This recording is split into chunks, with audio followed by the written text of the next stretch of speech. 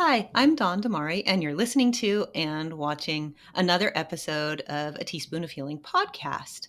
So today I am happy to have a guest here, Dr. Julie Siemers. She has been a nurse for 45 years. She's a patient safety consultant, an industry nurse leader, and educator. Hi, Dr. Siemers. Or do you prefer if I call you Julie or Dr. Siemers? Julie's fine. Yeah, Okay. I think it's just conversational, but thank you for having me on your show. I appreciate that. Thank you for coming on the show. And you are also the founder of Lifebeat Solutions and the author of the best selling book, Surviving Your Hospital Stay, A Nurse Educator's Guide to Staying Safe and Living to Tell About It. Yes. That's really, we're going to dig into that topic. I'm excited about this interview. So, do you mind telling the people who are watching or listening to this a brief overview about you and what you do? Yeah. So I started in nursing right after high school. My mom said when I was trying to figure out what to do, because she always wanted to be a nurse, why don't you be a nurse, Julie? And it just really resonated with me. And it's a path I'm so grateful that I took so many years ago. But I was in practice for probably 30 years, at the bedside, taking care of patients in the ICU, the trauma center, and then spent 12 or 10 years on the helicopter as a flight nurse. And then I got into nursing education in 2009 because I really wanted to help educate how nurses can be better nurses instead of just, getting on the sidelines and saying, oh my gosh, these nurses don't know what they're doing. And that's when I started my research into my doctoral topic, which is patient safety. And that just became this burning desire for me to help patients and their families. When I found out that medical error is the third leading cause of death, I was stunned. I never Wow. knew that as a nurse. And I thought, if I don't know it, then many other health practitioners don't know it. And if we don't have awareness, we can't solve the problem.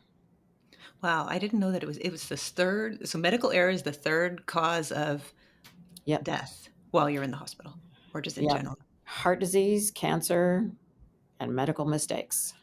Wow, and that's really amazing. And yeah, I'm a registered dietitian as a healthcare professional. I didn't know I wasn't aware of this, and so that means a lot of people out there in the general public are not aware of it, and patients. So wow, and I grew up. My father was a doctor. He's retired now. My mom was a nurse. They're both retired. So hopefully they're listening to this too. So I don't think they're going to find this interesting. And so again, yeah, you wrote this book, Surviving Your Hospital Stay, A Nurse Educator's Guide to Staying Safe and Living to Tell About It. So, we never know, of course, when we may end up in the hospital. Some of us might be having surgery done in the near future where we may have to stay overnight or we may have a chronic health condition. But many of us, we could just get into an accident, you can get in the ER, and then you could be admitted. And so, as well, many of us have loved ones who will have to spend time in the hospital. So, first of all, about ourselves. So, in general, what should people expect during a hospital stay that they might not be aware of? I guess I want to preface this whole conversation by saying, as you did, that we're all going to be a patient someday or our family members or loved ones. And so the time to prepare to have the best experience possible is now, not when you're in the middle of a crisis, getting a diagnosis or some accident happening. And so the healthcare system is complex, as you know, and many people know that. It's confusing, it's a different language. Medical terminology is like, oh, what did you say? When the doctor or nurse is trying to explain congestive heart failure or medications or even diagnostic exams, et cetera. So that's honestly why I wrote the book, is to help patients have really a guide for what should I know. So there's chapters on how to pick your hospital. And I say that because even as a nurse, I did not know this, but there is a nonprofit organization called Leapfrog. And there is a website sponsored by Leapfrog that is hospitalsafetygrade.org that anyone can go on as public knowledge, put in the zip code of where you live, and find out the ratings of the hospitals in your area. So it's safety ratings. And there's 22 categories and subcategories, and the hospitals are rated A through F, just like college or high school grades. And so you can dive in and say, why is my hospital a D? And you could look at all the categories and say, well, wow, they don't do very good on hospital acquired infections. They don't do very well on blood clots after surgery, specifics on that hospital. So it's really a resource guide for patients and their families. If you're having surgery, there's a chapter on what should I know, what's informed consent. Um, should I sign that with the nurse? No, it should be a doctor, those kinds of things. Okay. And the website again is, I think you mentioned Leapfrog. It is called hospitalsafetygrade.org. And I can send this to you. You can put in the show notes. Okay. Yeah, great. Hospitalsafetygrades.org. Grade. That's really important. Mm-hmm. Grade.org. It is. I'm going to look up the hospitals near me. I'm curious because as you said, all of us will be a patient or we'll have a loved one in the hospital. And it's really scary. I actually haven't worked in a hospital. I'm a dietitian, but I did do my internship. This is a second career for me. So I did my internship, part of it, the clinical part in a hospital. And it was really eye opening, still growing up in a medical family, but really working there. And, I could kind of see, I definitely noticed when we talk about loved ones, that when somebody has somebody there to advocate for them, it's really important. But so let's just say a listener, they end up in the hospital, or they will end up in the hospital. What should they know? How can they mitigate potential harms? Like maybe what are one or two things that could go wrong? Well, communication is essential. And I say that because even the Joint Commission says that 70% of patient harm events are due to communication breakdown. So that's either between the healthcare team themselves or the healthcare team and the patient and their families. And understanding and knowing that, it really not only empowers us, but obligates that we communicate with the healthcare team. I.e., let's just say, for example, your mom is not acting like her normal self. The nurse or the doctor may not know that's not normal for your mom. And bringing that up and saying, I'm concerned. In fact, my TEDx talk that came out a month ago, that is one of the tools that I shared, and it's the cuss words, and that's to get the attention of the healthcare team when you're concerned, uncomfortable, scared, or there's a safety issue. And so when you use any of those words, it is really with the intention to say, hey, I need some help here, either for myself or my loved one. Okay. And so you had mentioned communication, and I haven't really spent too much time in the hospital except for when I have my children, and they didn't. I don't remember being on any medication, but I know that a lot of patients, when they're in the hospital, they have pain medications, and those can make you pretty out of it, right? And if you don't Yeah. have a loved one with you, either at the time or at all, so how can someone advocate for themselves when, yeah, when they're given those pain medications, which can be more difficult to communicate with the team? Yeah, it is really honestly about asking questions and really don't be afraid to ask, because there's times where when I was a nurse at the bedside, patients would say, oh, that doesn't look like my normal blood pressure medication. Did the doctor change it? And then the nurse should go investigate. Or it's a blood thinner, but I'm already on a blood thinner. Am I supposed to be taking two of them? Hmm. Oh, no, let me go check. And it really is that communication back and forth between the two of you.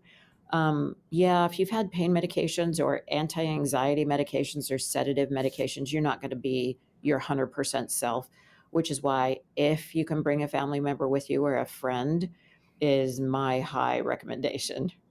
Hmm.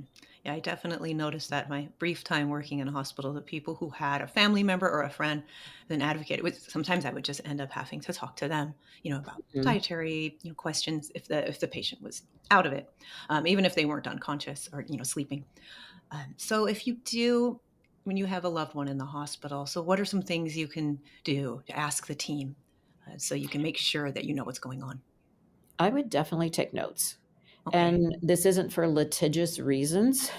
It is really to keep track of things, because there may be a physician come in the room. A lot of patients nowadays have several physicians, a cardiologist, a nephrologist, an internist, and sometimes they don't read each other's notes, or sometimes they don't agree with each other. And so really it's keeping the healthcare team kind of aligned also, just by saying, hey, and again, out of curiosity, not being confrontational, is just asking those questions. But this doctor said this, and that seems different than what you're saying. Can you help me understand? That's another tool that I teach is the 3 Ps, which is be present, be polite, and then be persistent. High anxiety occurs around healthcare situations, Mhm. especially if you're in pain or you're really concerned about the diagnosis you just got. And it's easy to be on edge and anxious. And so just remember to be polite. That goes both ways, of course, with the communication. But if you don't get resolution to your concern or you're being uncomfortable or you're scared, that's when you need to be persistent. Don't just go back into the corner in the chair and just, be quiet. That's when you need to escalate. So the chain of command in a hospital is the nurse, the charge nurse, the house supervisor, and then the administrator on call. So there's always another level if you're not getting the interventions or action that you feel you're still really concerned about your husband or your wife or your child. Okay. I like that, the 3 Ps, and definitely being polite too, because you can, what does that one say? You can catch more flies with honey than with, Yeah. I forget what the other thing was, with being bitter, Something. right? Yes. Yeah. And that's really important too, to being polite and balancing it with being persistent at the same time, which is not easy to do. Right. It's not easy to do. Yes. And so, are there any particular questions that a family member should ask the medical team, maybe the physicians or the nurses? I know when the physicians come in, they're so, everybody's busy, but it seemed like they were only in there a short time. It seems like a lot of the contact, of course, is with the nursing team. What are a few things that they should ask when you're advocating for a loved one in the hospital? Yeah, we talked about medications a little bit. Nurses are taught, just so everyone knows, in school for safe medication administration, the 5 rights: the right patient, the right drug, the right route, whether it's in the IV or oral, the right time, and the right dose.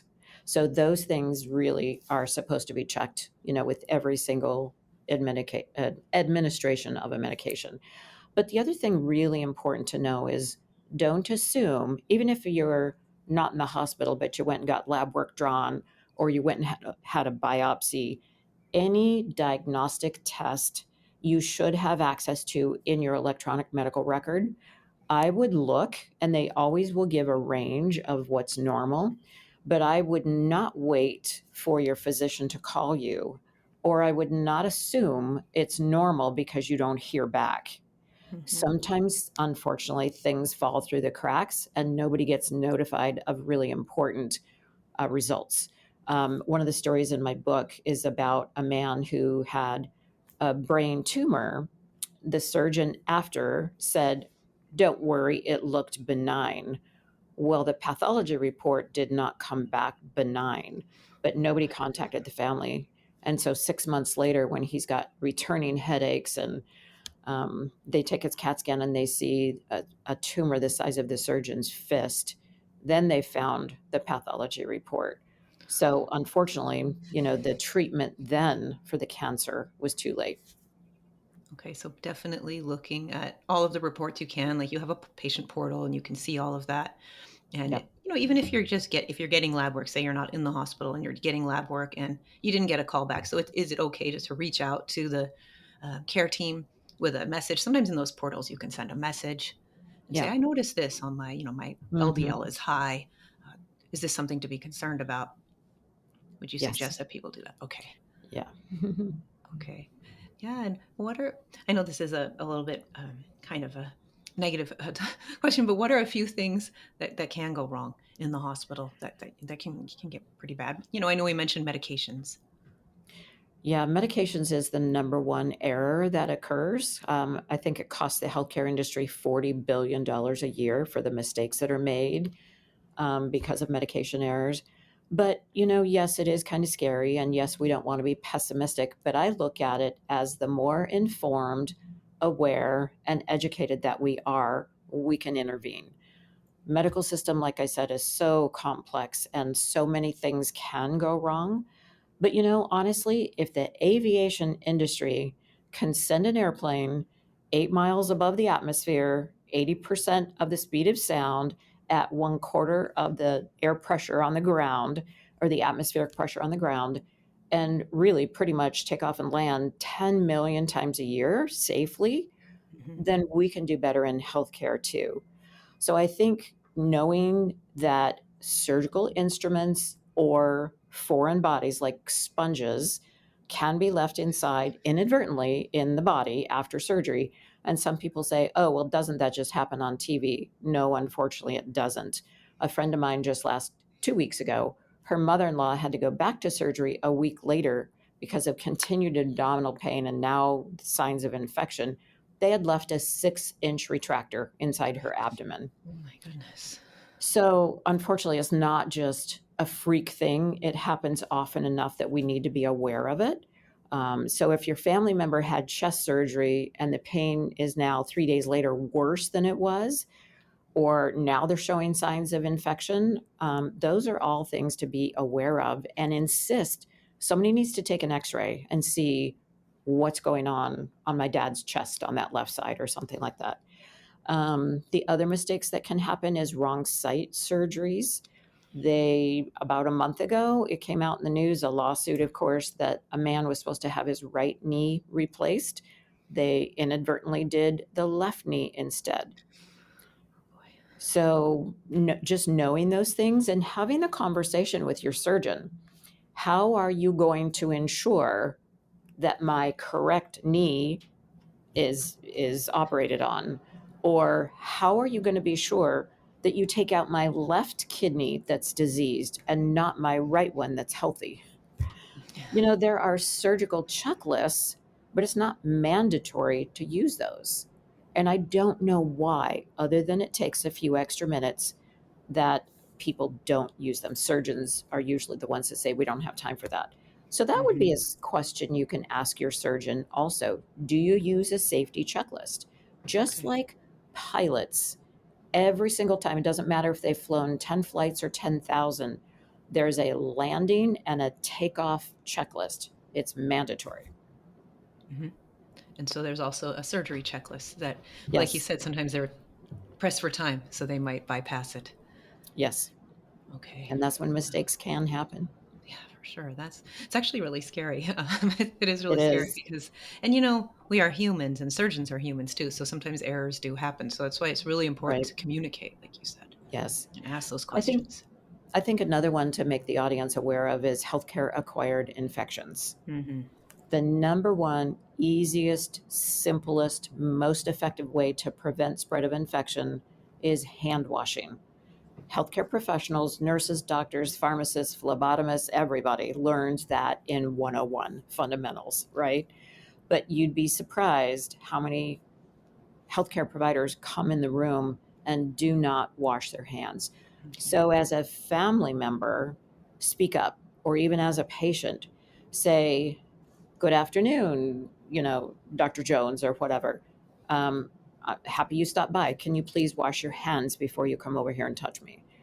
And they may get offended, but on the other hand, we know that 1 in 31 patients every single day acquires an infection in the hospital. Those are really poor odds, right? Yeah, very. And so I think if we're going to change the culture of healthcare, it has to start with us. Yes, providers and professionals, but also with family members and patients themselves. Just saying, this is what we expect. We expect to be safer. And this is something you can do to help out. Well, that's really interesting. I'd heard about and I know about the hospital acquired infections, but yeah, just knowing that sometimes people forget to wash their hands, they're busy and they think, oh, it's going to be fine, or I'm not going to touch anything. But yeah, and it's really serious, and those are really serious. Those hospital acquired infections, especially in the elderly population, where they don't have the immune system to fight off these infections as much as a Yep. as a healthier, more robust person, Yep. or anyone honestly who's in the hospitals. Usually their immune systems are lower, and that's really scary. So you suggest just asking whoever it is to please wash your hands, Yes. and and not worry if they're offended or not, No, because they because shouldn't be. Yeah, they shouldn't be. And here's the risk, and maybe this can give you courage if you're scared to speak up. If you don't, that family member or yourself could be at risk. It honestly can be the difference in life and death in some situations. And you don't want your fear to contribute to I should have said something and now maybe mom would be alive, or maybe now mom wouldn't have that infection, that now she's going to extend her hospital stay and need another surgery, etc. So Yeah, just think about that. for sure. That outweighs the temporary, momentary discomfort of maybe offending somebody on the medical team and just asking them to please wash their hands. Yeah, And even if they say they did it, they could just do it again. It's not. I mean, right. it's not going to hurt. I want to see it. Yeah, exactly, exactly. And now something with hospitals and just healthcare systems in general, the staffing is an issue. I know that, of course, during COVID and after it became an issue, and it still is. So, does this staffing issue does this also impact the potential for medical error? Oh, absolutely. And that's why, again, I think we need to have that partnership between the healthcare team and patients' families. Patients' families can be the extra set of ears and eyes, and the healthcare team really should be receptive to, oh, hearing that, again, mom is not acting like herself. There is part of my research that I did, and I was surprised to find that before a patient goes into an unexpected cardiac arrest, meaning they become so clinically unstable that now, they go into cardiac arrest and die, those physiological signs of deterioration. So, neurological changes, mom's confused if it's more than 10 minutes, is kind of the guideline we use. She wasn't this morning and now she is, and she's not the same. Heart rate or vital signs, respiratory rate. 80% of nurses don't count the respiratory rate. It's supposed to be a part of the vital signs. And it is on the chart, but they'll usually just write in a number that they think. But the respiratory rate is the physiological sign that's the earliest and most sensitive indicator of impending clinical instability. So it gets too fast when a patient's trying to get more oxygen at the cellular level. It gets too slow, usually because of medications like opioids, pain medications, etc. So it's really an important vital sign. All of those physiological changes happen 6 to 24 hours before the cardiac arrest. That means that's plenty of time to notice, to pay attention, to dig into the why. If grandma's heart rate's 100 an hour ago and now it's 110, something is wrong. Hmm. And we need to figure out what it is. Absolutely, yeah. And with lack of staff too, people are taking on a lot more patients too. Nurses, Yeah. doctors, Yeah. phlebotomists, everybody's taking on a lot of patients. So, and they're also probably a lot more fatigued. So it's probably Yeah. even more critical to really Yes. advocate for yourself or for a loved one because of this. And 100%. now, as a healthcare professionals, what can they do to ensure that these errors don't happen? Even if it's not a physician, just pretty much anyone working in the system. How can they make sure that they aren't contributing to errors? Listening. Okay.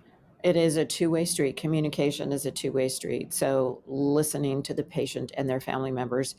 Um, I always appreciated when the daughter was there or something and said, this is my mom's typical, or my mom's done this before and this is what we did, or, just some insights into that individual.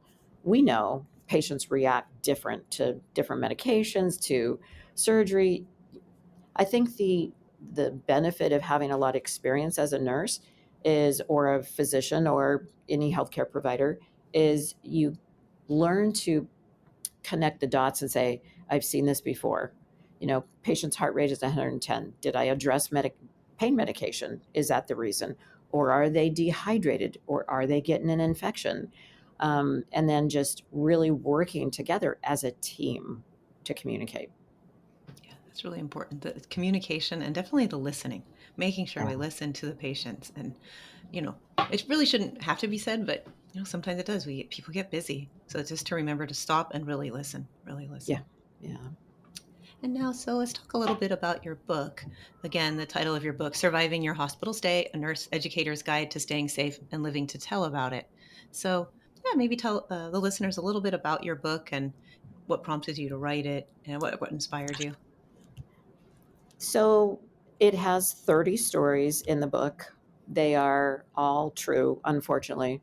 Most of the patients did die in the book. But I wrote it that way because I relate to stories, and I think people do too.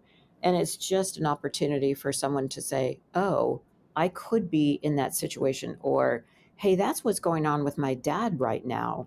And it just is a way to, again, inform and educate. It's broken down into chapters. How to pick your hospital, how to pick your physician, communication, what a rapid response team is, so that you know if your family member is starting to deteriorate clinically, that there is or should be a rapid response team at the hospital that can come in and assist quickly to prevent that cardiac arrest.